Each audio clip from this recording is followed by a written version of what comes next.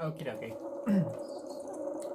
What up, guys? Welcome back to a brand new video. Today we're going to be going over episode 2 of our Crypt of the Vampire book adventure.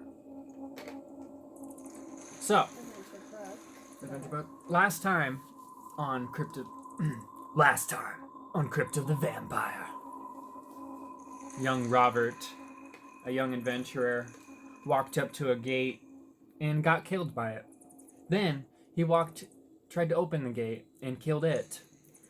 Found like this elf that attacked him and was being weird.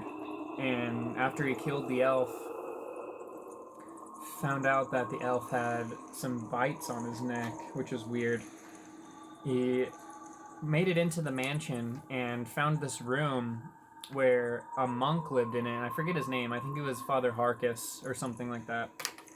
And this monk fed him and kind of told him about Lord Tenebrons, the master, the vampire, in the dungeons of this mansion. And so we set off down into the dungeons, where we ran into this witch who we ran away, didn't get too hurt, and went into this next room and found a blue sword. That was pretty cool. Then we went into another room and there was this painting that shot an arrow. And that's where we left off. So, I'm just going to reread it all. Ready? Here we go.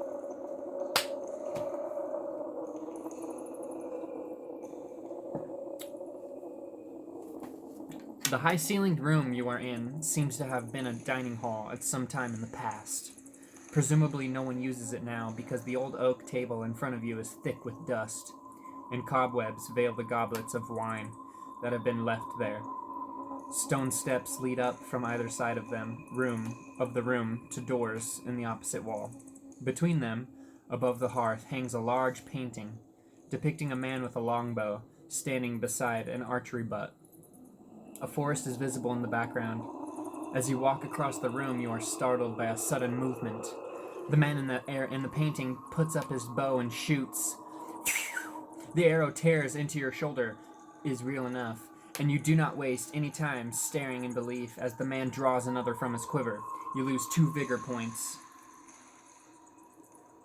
Down to 23. Choose your action.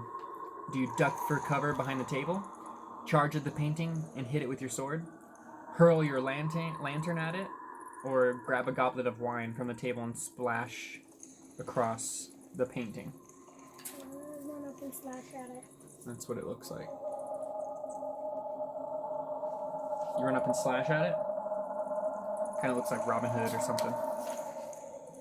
You run up and slash at it. 142.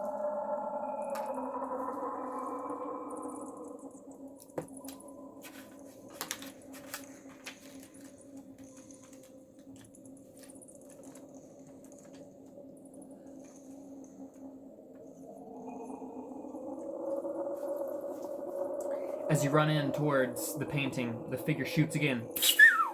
Lose another 2 vigor points. Dang, down to 21.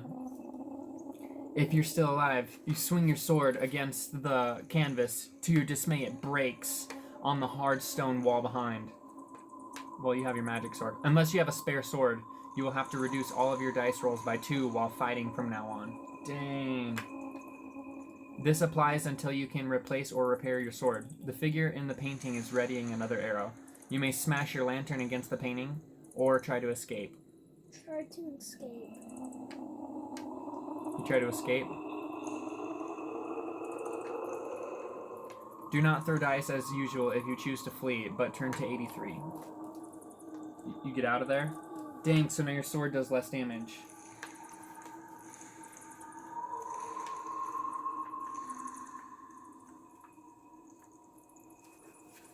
It was -2, right? Dang, that's pretty bad. Okay, 82? 83. Was it 82 or 83? Frick. 83. Look right there. 83. Okay. As you scramble up the steps, he wounds you with a parting shot. Lose another 2 points. If you are still alive, you stumble through either the left-hand door or the right-hand door. Which one? Right. You're at 19. You go to the right, you go to 237.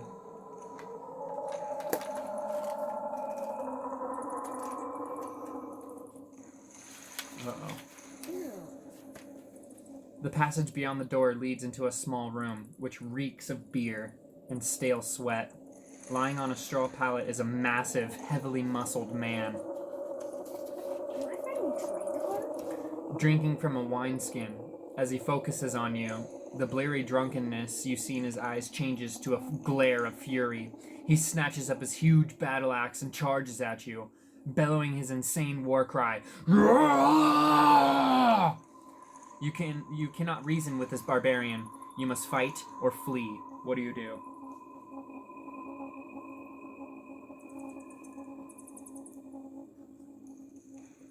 What do you do? I fight. You fight. Roll attack. Ooh, 4. You are hit. You are hit and lose 3 vigor. No, it's only -2 on your attack. So you lose 3. Down to 16. Roll attack. He has 12 HP.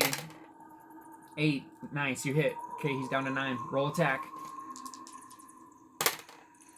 7. Nice, you hit. Roll attack. He's down to 6. 6. Nice, you hit again. Now he's down to 3. Roll attack. You're messing this dude up. And you finish him off. If you win, turn to 229.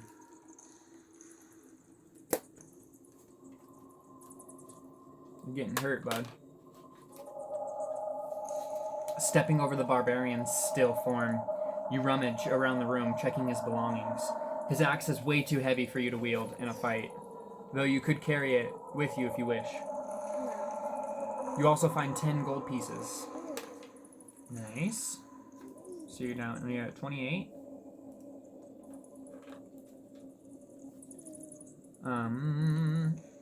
Several stone jars containing fermented yak's milk. Ew. A piece of moldy cheese wrapped up in a handkerchief. A crust of black bread. A few cloves of garlic. A jar of black pepper and a leg of mutton. You cannot carry everything, but you may take the gold and up to 4 other items if you wish. I'm gonna take the garlic. For sure. You don't need any of that nasty food, huh? Alright. Will it heal me? I don't think so. It's all nasty. After satisfying yourself that there is nothing else here to interest you, you open the door and cautiously advance along the passage beyond.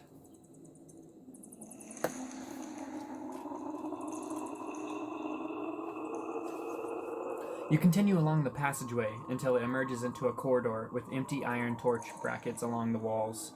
Looking to the left, you see that the corridor ends in a door with a gold handle in the shape of an open hand.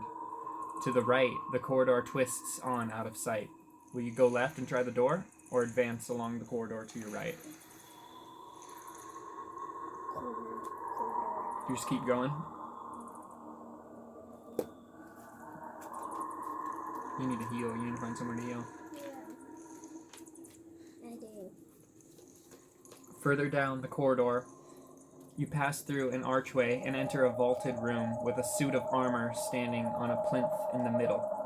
If your own sword is damaged, you may replace it with the one held in the gauntlet of the armor. Yes. Or will you cross the room and leave through the far door? Replace my sword. First, I replace my sword with it. Nice.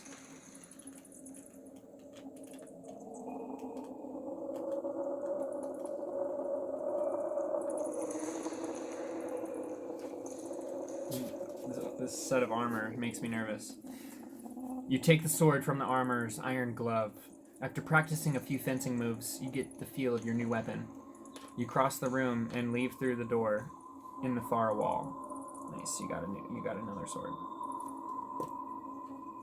Your blue sword is damaged. Turn to 120.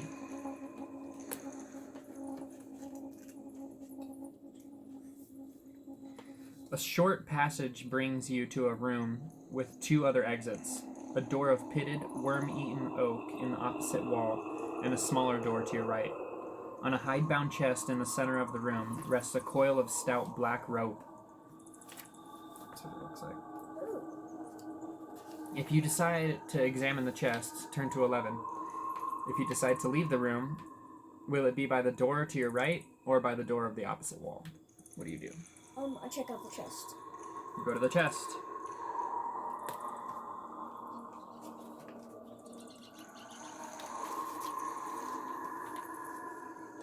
As you reach out your hand to open the chest, the black rope suddenly whips up and coils around your neck. You try to pull it off, but it tightens on your windpipe like a noose. Lose 2 points. Down to 14. If you are still alive, you had better think quickly or you will choke to death.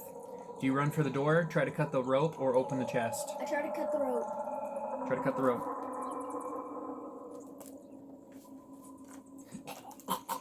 As you're sitting there choking, you frantically try to slice through the constricting rope, but the length and balance of your sword makes it difficult to wield for such a purpose. Roll 1 die. 6. 119.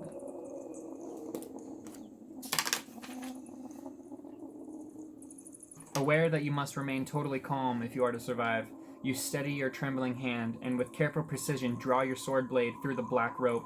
The 2 halves of the rope flop inert to the floor. The spell which animated it is now broken.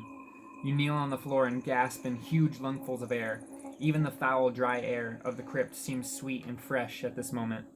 When you are sufficiently recovered, you stand up and kick aside the severed ends of rope. If you wish to open the chest now, Yes, please. if you've had enough of this room where you so nearly breathed your last, you may leave by either the pitted oaken door or the smaller door. You open the chest? Yes. Exciting. Got to sneeze. Thank you. Bless you. Alright. Inside the chest, you find a vellum scroll sealed with gray wax and a bottle containing a bright azure liquid. Unrolling the scroll, you find it bears only a single, possibly meaningless word. Nesul. Remember to record the scroll on your character sheet if you decide to keep it. I think you do. I think you should. Yeah, I'm gonna keep it. Nesool. Interesting. If you wish to risk drinking the liquid in the bottle, if you prefer, you may put the bottle in your backpack for now. Or you can leave out the door, or the oak door, or go to the wall, to the door on the right. What do you do? You can drink the bottle, you can put the bottle in your backpack, or you can leave. Okay, so what is it? Bottle. Azure. Liquid. I don't even know what that is. Okay. Okay, do you leave by the oak door or the door on the wall to your right? The door on the wall to the right.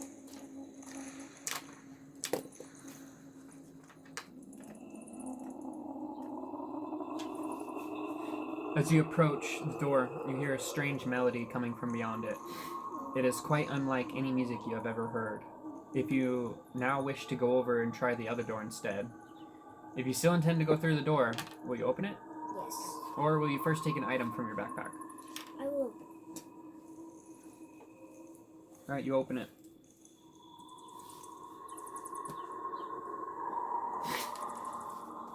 My allergies are so bad in the morning, dude. Because all this cotton. Uh-oh. Uh-oh. Passing through the doorway, you descend a grand marble staircase into a stately, pillared chamber whose polished floor shines like glass. On a podium across on the far side of the room, illuminated by the light of glowing blue crystals in the wall, you see the musicians. A quartet of skeletons in velvet gowns playing a variety of instruments. Entranced by the eerie beauty of the music, spellbound by the strangeness of the scene, you wander closer. A number of chairs are placed before, and, without intending to, you find yourself sitting in the chairs. As you listen to the skeletons play, you can only marvel at the baroque flourishes from the harpsichord and the virtuoso violin solos. You barely notice that there is someone else in the audience, an armored knight sitting in the next row.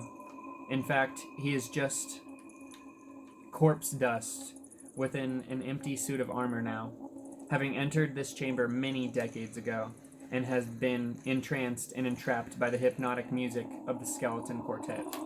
He died admiring their eternal, deadly performance, just like you. He died. Seriously? Dang. Okay, so let's go back to 98, I think that was.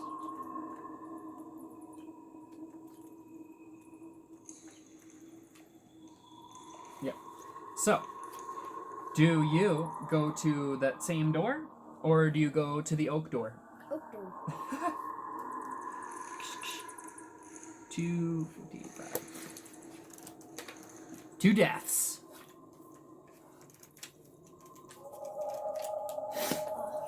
Freaking allergies, dude. Okay. You are in a room with chiseled stone walls, which once bore murals, now long faded. At about waist height, in the middle of the far wall, there is a hole, barely a meter across, apparently from the mouth of a narrow shaft leading from the room. You can see no other exits. As you decide to take a closer look at the shaft, as you cross the room, the floorboards creak loudly, even though they seem to be sturdy. You freeze, fearing a trap. Ominously, the floorboards continue to creak, even though you are not now walking across them. When you listen carefully, you can just hear a faint scratching sound, which is almost masked by the creaking wood. Something is moving under your feet. If you wish to leave the room at once by climbing into the hole in the far wall, do that. If you decide to remain in the room, will you try to prise the floorboards, or will you just wait and listen? Try to lift the floorboards. Okay. See what's under them.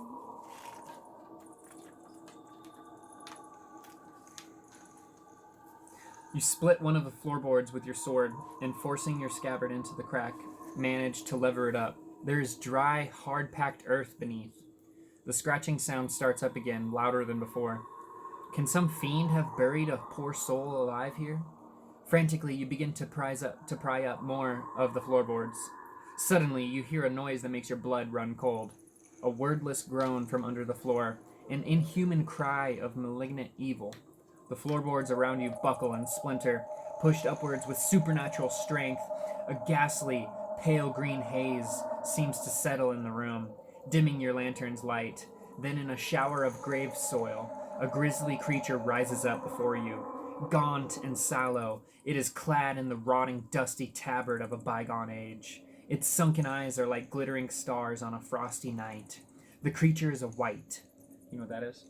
It's basically like a ghost, kind of. An undead being of great power. Facing such a monster, perhaps you feel that discretion is the better part of valor and will try to flee. If so, do not throw the dice as usual, but turn to page 47. If you prefer to stand your ground and fight, will you use your sword or one of the items you've collected? One of the. I'm gonna stay and fight.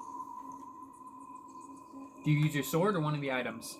One of the items, I grab that bottle of Azu something. Azure liquid? Good. I chuck it at him. For his mouth.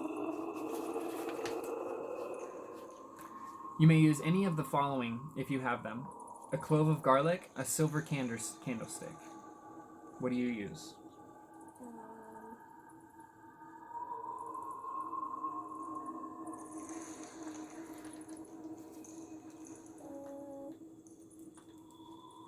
Thing of garlic. You try the garlic?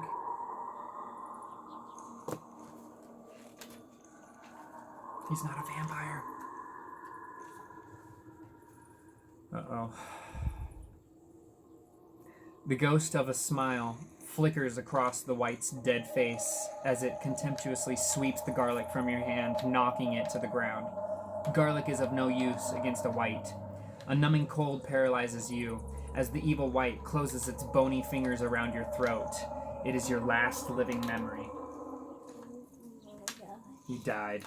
Again. Death number 3. So, do you use your sword or the candlestick?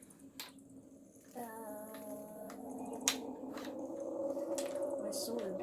For sure. Okay.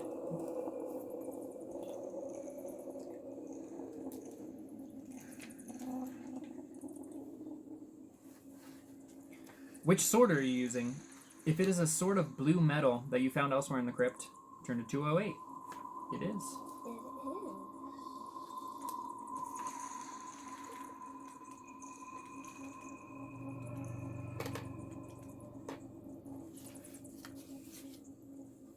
Some unseen force turns your blade aside at the last moment before you strike.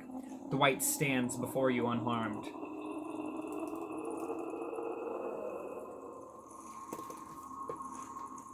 See.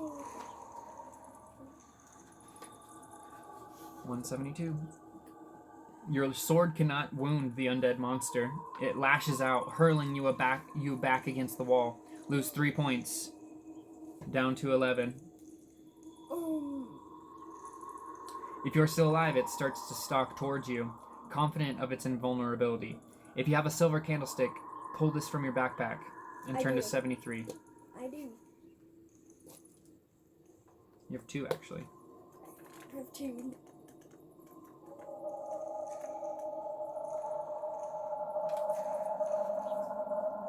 Undead priest kings from ancient times. Whites cannot be harmed except by weapons of solid silver.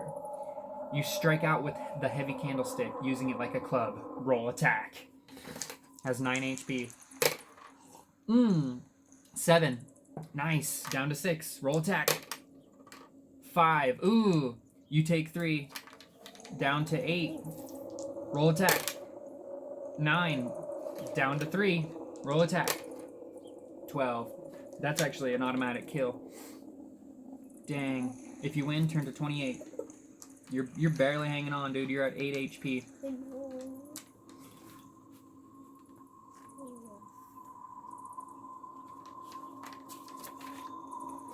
You lean against the wall for a few moments, resting after your strenuous battle.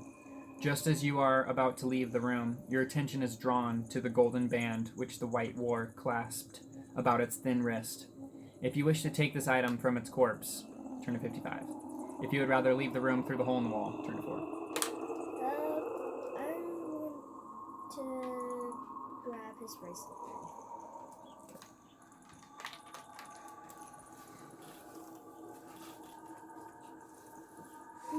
You slip the golden band on your own arm. You cannot sense any magical properties within it, but at least it has cash value of some 80 gold pieces.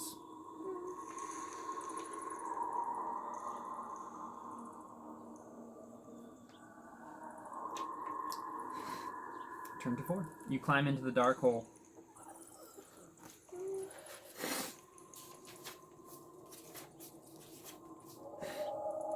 You crawl along the narrow shaft towards a glimmer of light and soon emerge into a corridor. The light you saw comes from a glass oil lamp, which hangs from the ceiling. By its glow, you can just discern the outline of a doorway at the end of the stretch of the corridor to your right. To your left, the corridor recedes into the darkness. Do you wish to reach up and take the oil lamp? Yeah. If so, write it on your character sheet. And turn to 81.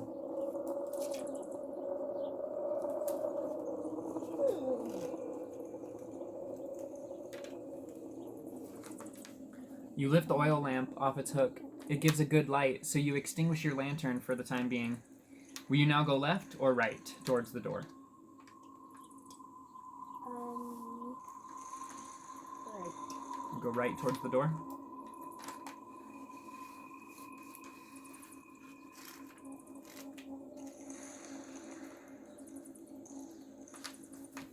As you walk towards the door, you have an uneasy feeling that someone is watching you with murderous intent. Try to roll your current psi score or less on 2 dice. Wait, so what happens if I roll less? We'll see. 7, you rolled less. Turn to 271. You have a pretty high psi score. What is it? 9, which is max. Your sixth sense flashes a warning. Instinctively, you throw yourself onto the floor just as 2 arrows sail overhead and embed themselves in the door with a deadly thunk. It is fortunate that you thought to bring the oil lamp with you. Had you left it where it was, its light would make you an easy target for whoever is sniping at you. You quickly wind the wick down. In the pitch darkness, you hear mumbled profanities as your unseen attackers realize they cannot draw a bead on you. You move silently on all fours to the end of the passage and quickly slip through the doorway.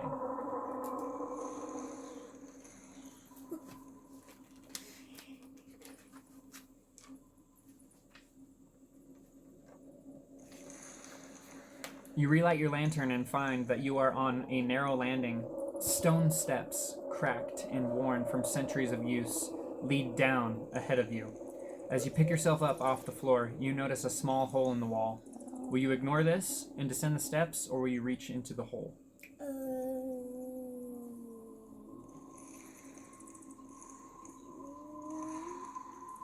Do you reach into the small hole, or do you keep going? I don't know. I guess I reach into the hole. You reach in? Uh-oh. Okay, you reach in. You thrust your hand into the hole.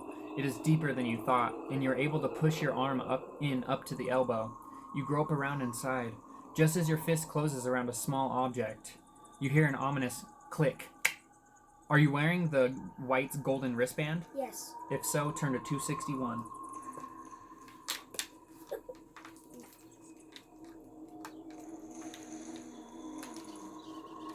A spring-loaded needle shoots from a recess within the hole, only to break harmlessly against the metal wristband. You draw your arm back.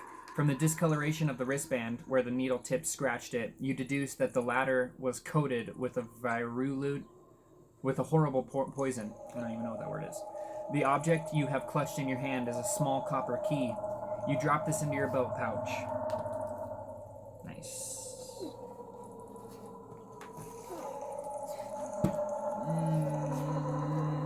And continue down the bottom of the steps. Turn to 18. You descend into a tunnel floored with mosaic tiles. You think you may be able to see the end of the tunnel when you shine your light to the left, so you decide to go that way. Turn to 44.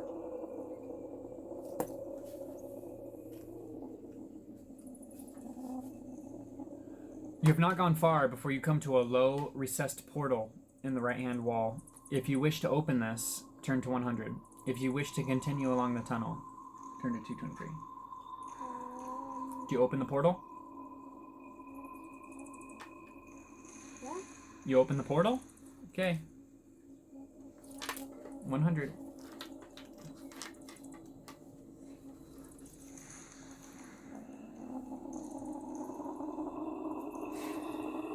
You enter a tomb chamber.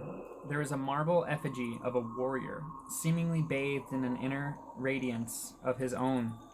On a slab against the far wall, the air is sweet and fresh, quite unlike the dank, loathsome atmosphere pervading the rest of the crypt. There is a bronze plaque set into the floor beside the marble slab, and you advance to read this. Here lies the paladin Ganelon, holy warrior and prince. The marble slab bearing the effigy is presumably the lid of Ganelon's sarcophagus. Do you open it or leave? That's what it looks like. I open it. You open it? 165. That's what it looks like. Can't read that, but whatever.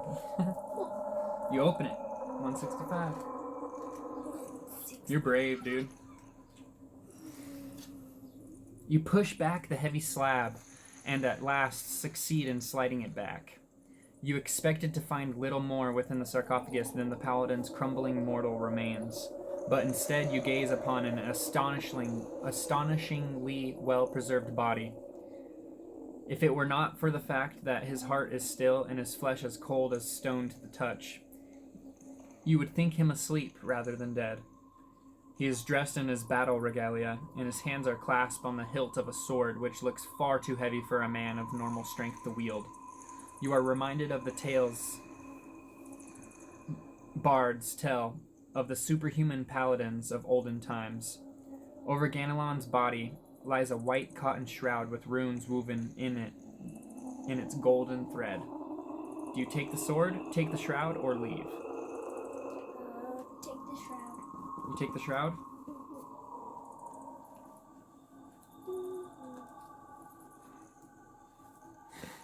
You take the shroud.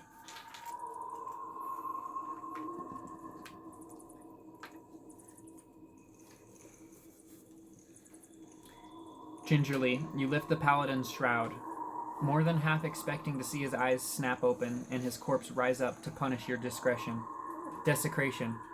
But no, he stays dead, and your sigh of relief echoes in the silent tomb. Even when you have rolled it up, the shroud is too big to fit in your rucksack, so you drape it across your shoulders like a cloak. Well, that's pretty sweet. You bend down to search the sarcophagus further, but as you do, you realize that you're slowly sinking into the floor. You can only stare aghast as the floor engulfs you like quicksand. Either your body or the stone floor has somehow become intangible. You have sunk in up to your knees in the cold stone before you shake off the paralysis of fear. Your thoughts are a whirl as you try to think of a way to save yourself. What do? Do you take off the shroud, run back to the tunnel, or stand where you are?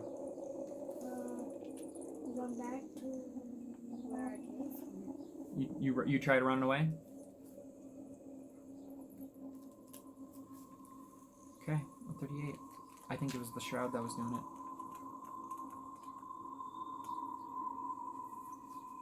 it. Uh-oh. Panic overcomes you, and you make for the door. It is like wading through soft mud. By the time you reach the tunnel, the floor is up to your chin. You blunder along the tunnel, still sinking, until the mosaic tiles of the floor are level with your eyes. Inexorably, you slip down through the stone into utter blackness. You are doomed to drift forever downwards, engulfed in endless rock. You open your mouth, but deep within the earth, no one can hear you scream. Death number 4. Okay. So let's go back to... So you're sitting there, sunken.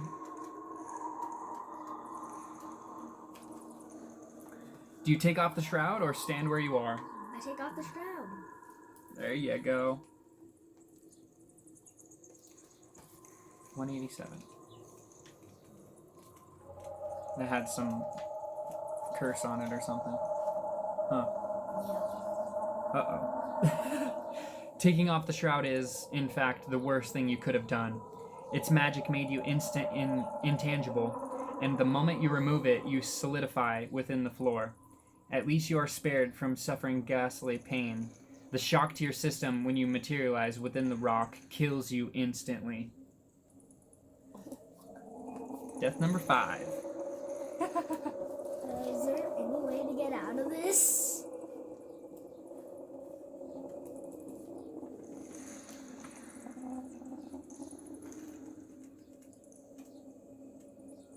Okay. Do you stand where you are? It's the only option left. Yeah. So 150. I stand where I am. Coming into this room might have been a mistake. 150. If this doesn't work, we're going to have to start over from somewhere else. Uh-oh. You sink right down into the floor, engulfed in pitch blackness.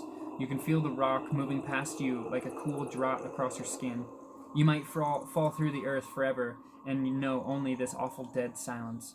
You struggle to continue, to control the terror that starts to well up inside you at the thought. Then you find yourself emerging into a glimmering golden radiance. You have passed through the floor of the paladin's tomb into a second, smaller chamber that lies beneath it. Breathing a prayer of thanks, you cast off the shroud and become tangible once more. Damn, that shroud's pretty sweet. You drop lithely to the floor and of the chamber and look around. The strange gold light seems to hang in the air. Could it be the presence of Ganelon's spirit, still lingering here below his tomb? You admire a splendid shield hanging on one wall. It bears the paladin's coat of arms.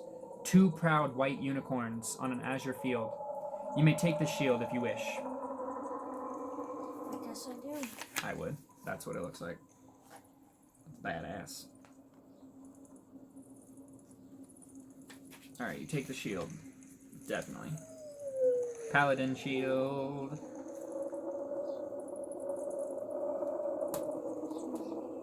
You find a spiral staircase beyond a low arch at the end of the chamber. You climb the stairs and soon emerge through a secret door into the tunnel outside the paladin's tomb. Still dazed by your incredible experience, you continue along the tunnel. Turn to 223. You tired, Mr. Yawns? Yeah, backwards. The tunnel goes on only a little further and then ends in a lichen-spotted doorway of black wood. Pushing this open, you find yourself on one side of a translucent green pond. The air in this chamber is damp and cloying. Veins of luminous rock in the walls emit an eerie glow. By their light, you can see, on the far side of the pool, an archway leading further into the crypt. The only way across to the archway seems to be by means of a number of large, slimy stepping stones. Although the pool is too murky for you to see the bottom, you readily determined by probing with your scabbard that it is no more than thigh deep. Will you wade in, or will you use the stepping stones to get across? That's what it looks like.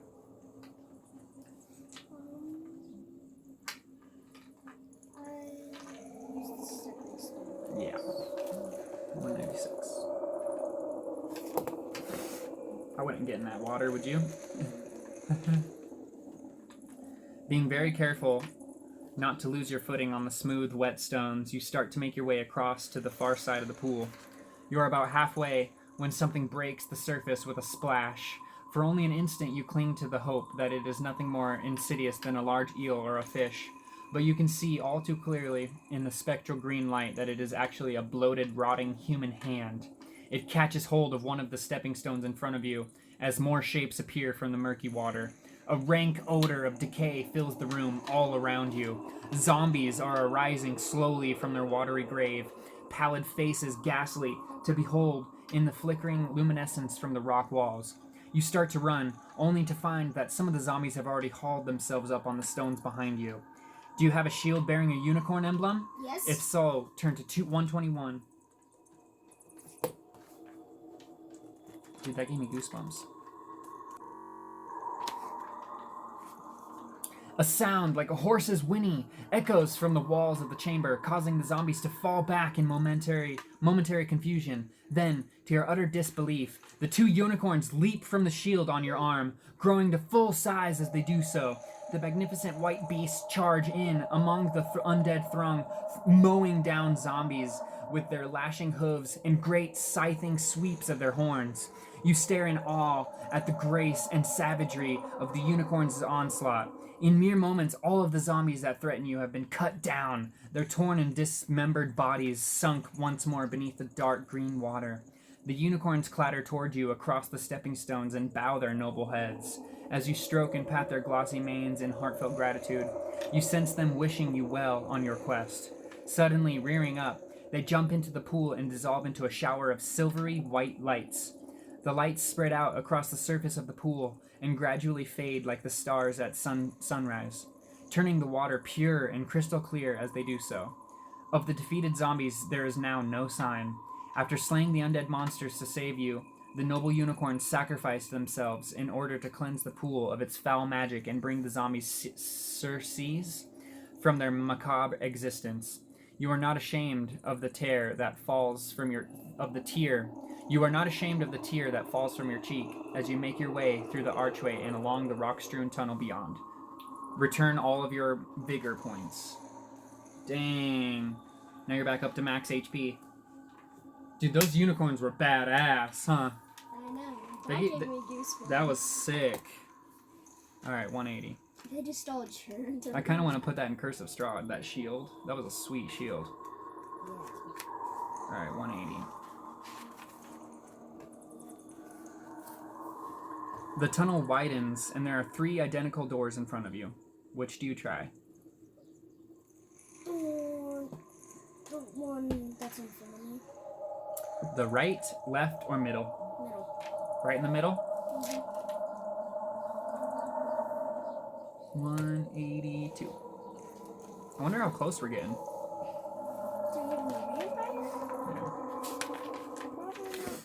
You enter a small cavern and advance across it towards the black maw of a tunnel in the far wall.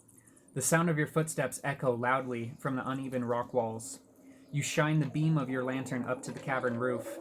The shadows there seem to stir. Don't do that, buddy. You shine your beam from your lantern up to the cavern roof. The shadows there seem to stir, then fragment and drop towards you.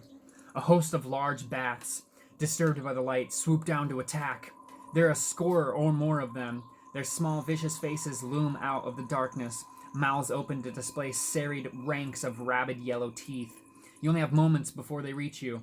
Do you take an item from your backpack, or try to fight your way through the tunnel? I guess I try to fight. You try to fight? 135. This is what they look like. Ooh.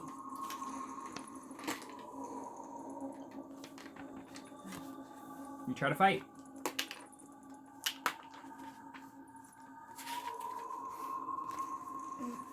Swinging your sword in wild arcs, you cut a bloody swath through the bats as they cluster around you.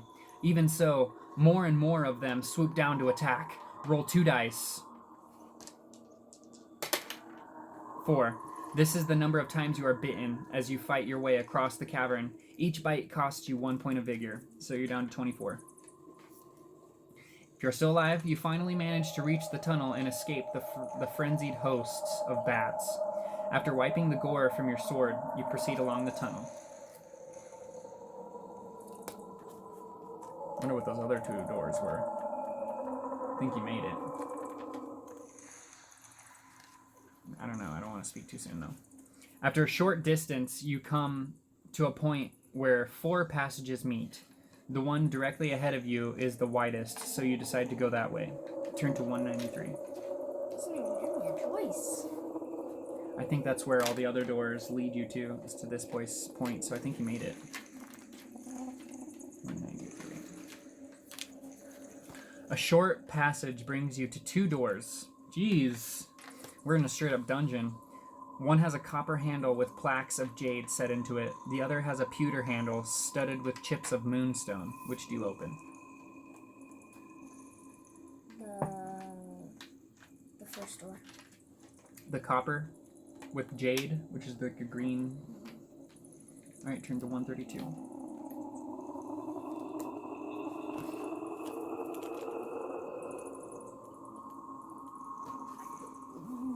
You step into a small room with a wooden chest in the middle of the floor and a door in the opposite wall. You try to open the chest or go to the door? I try to open the chest. I don't trust chests. You open the chest. Imagine it's a mimic. The chest is not locked and opens to reveal a pile of gold, gems, and jewelry. You are staggered to behold such wealth. Are you wearing a golden helmet? No. If you do not have this item, turn to 152.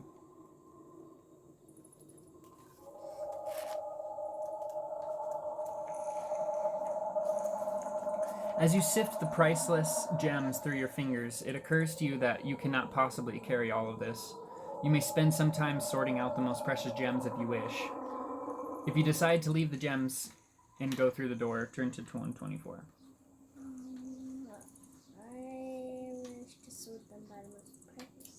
You do? Okay. Go through them. 169.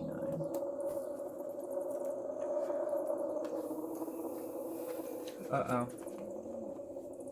You spend some time leisurely picking out the largest and most beautifully cut gems. You are delighted with your find and start to dream of all the things you will spend your newfound fortune on. You start to laugh with glee then suddenly discover that you cannot breathe. You start to stagger for the door of the opposite wall. Behind you, the gems lie scattered and forgotten on the stone floor.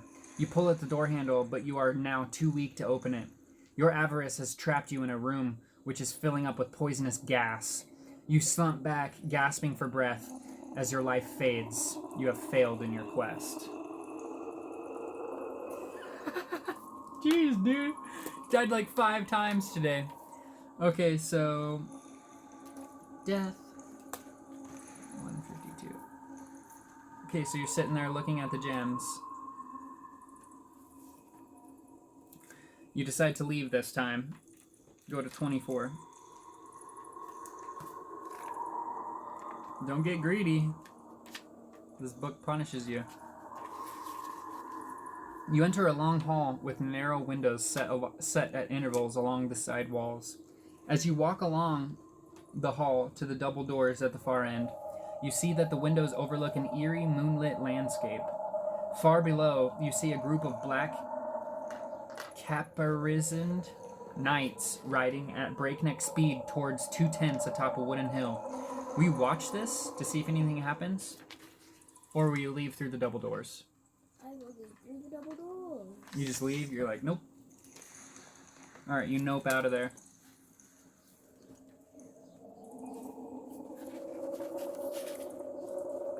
You make your way down a twisting flight of steps and push open the door at the bottom. You come out into a small room, and, noticing a glimmer of light from a passage to your left, you make your way towards it. A ferocious snarl gives you just enough warning to throw yourself to one side as a monster with slavering jaws and flaming breath leaps for your throat. It is pulled up short by a thick chain fastened to its collar. In the light of your lantern, you see that your assailant is a hellhound. It crouches back, ready to spring again. Will you draw your sword to fight, or will you take an item from your backpack? That's what it looks like. Do you attack or get in your bag? Okay.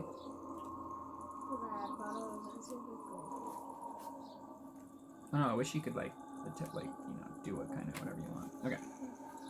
Ooh. You may pull from your backpack one of the following items: a crucifix, a clove of garlic, which you don't have. You grabbed the potion, so you just have garlic. Uh oh.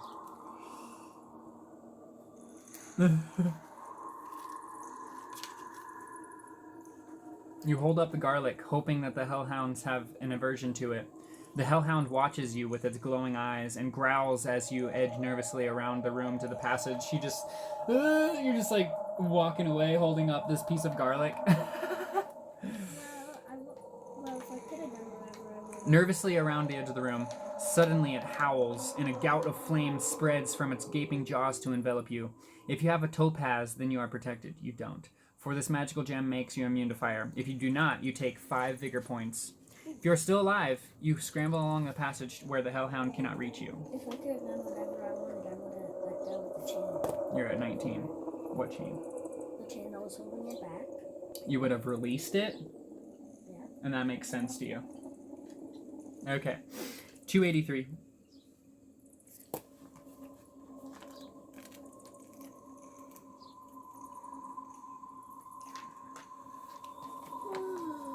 At intervals along the winding passage, there are pewter torch brackets whose flambeau gutter with a wan red light. You come to an iron-bound portal at the end of the passage. Sword in hand, you push open the portal and step through into the room beyond. It is an elegant drawing room, paneled in mahogany, and with several old tapestries hanging from the walls. There is another door directly facing the one you have just come through. In a leather armchair at the other end of the room sits a tall man wearing a velvet smoking jacket. Uh-oh. As you enter, he puts down the book he was reading and gets up from his chair. Then he speaks to you in a voice of great, oh snap, authority. He commands you to come over and sit with him. Do you? Do you do as he tells you? Charge at him with your sword or take an item from your backpack? Take an item from my backpack. Gonna grab that garlic? Yep. That's what he looks like. Oh. He's definitely the vampire. Definitely the vampire. You take an item. You immediately just start going through your backpack.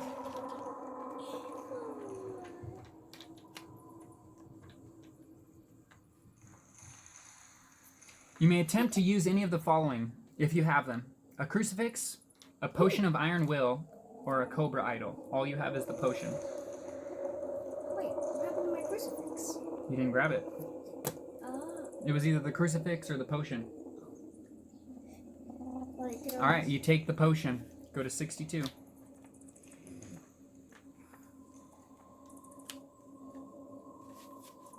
You quaff the magic potion, then heft your sword and advance towards the evil lord. You see the burning light in his eyes as he tries to use his hypnotic powers against you, but you are protected by the potion you just drank. As you approach, he bares his fangs and hisses at you and makes ready to fight. Turn to 8. Oh, snap. But I have my thing of Are you garlic. carrying any garlic? Yes, I am. If so, turn to 13. Oh, gosh. The vampire lord scents the garlic you carry and circles warily, hissing at you. You must fight him, but because of the garlic, he is not so fearsome an opponent as he would normally be. Lord Tenebrons, roll attack!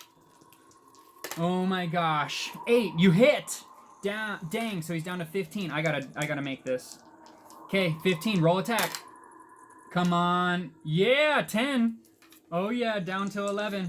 Roll attack. 6. Oh, he hits you. You lose 4. Down to 15. Roll. Reroll, yep. Oh, 6. Uh-oh, hits you again. Down to 11. Come on. 6 again. Dang. Down to 7. Uh-oh. 10. Boom, you crack him across the face. Down to 7. Oh, you hit him again. Down to 3. Oh, he hits you. Uh-oh, down to 3. It's up to this. Oh! He killed you. He pulls back your neck and rips out your throat as you die. Alright, we're going to start from the beginning of the combat. Yes. The vampire lord scents the garlic you carry and circles warily, hissing. You must fight him, but because of the garlic, he is not so fearsome an opponent as he would normally be. Roll attack! 6. He crocks you across the face. Down to 24. 7. You attack. You hit him.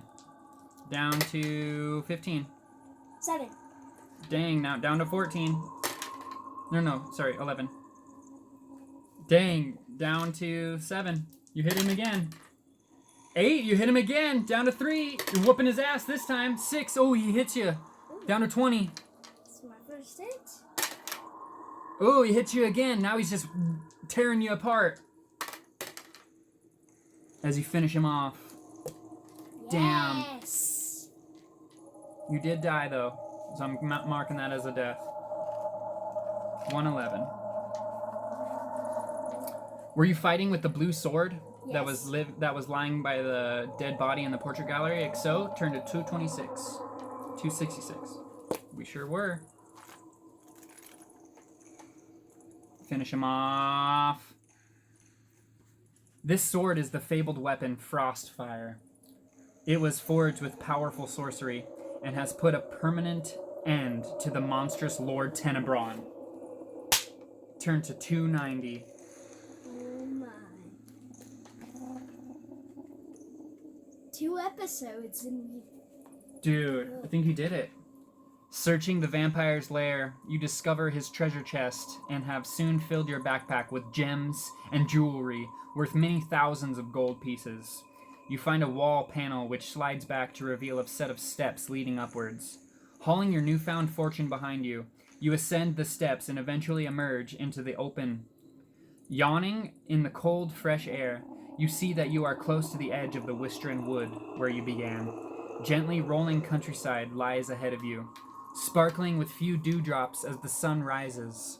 Birds sing in the trees as you can see peasants already at work in the meadows.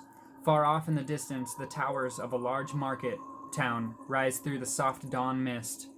Just the place for an adventure with plenty of gold to while away a week or two.